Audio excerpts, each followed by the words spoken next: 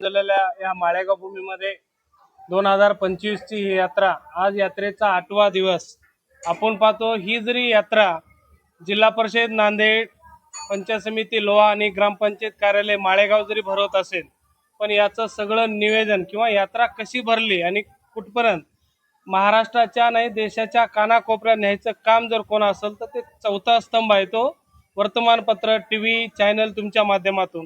त्यामुळं आपण आता जेव्हा यात्रा चालू होते त्यावेळेस आपण ग्रामपंचायतचा एक हॉल मीडियासाठी आपण उपलब्ध करून देत असतो किंवा महाराष्ट्रामध्ये कानाकोपऱ्यात आपल्या पद्धतीने माळेगावची जी प्रसिद्धी आहे ती कशी जाईल यासाठी आम्ही मीडियामध्ये जे आपले पत्रकार बांधव आहेत त्यासाठी आम्ही त्यांची सोय करतो, तिथं राहण्याची वगैरे सगळ्या गोष्टी।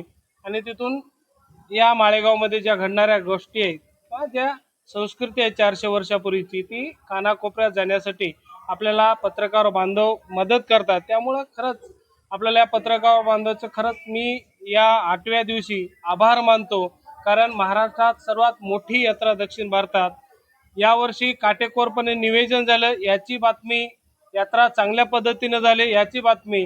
आणि जर कळत न कळत काही चुका झाल्या असतील आमची जिल्हा परिषद असो, ग्रामपंचायत असो आणि पंचायत समिती, तर आमच्या कानात येऊन सांगणारे पत्रकार बांधव आणि ती सुधारणा करण्याचं आमचं काम अशा पद्धतीनं मीडियाने आम्हाला साथ दिलेली आहे।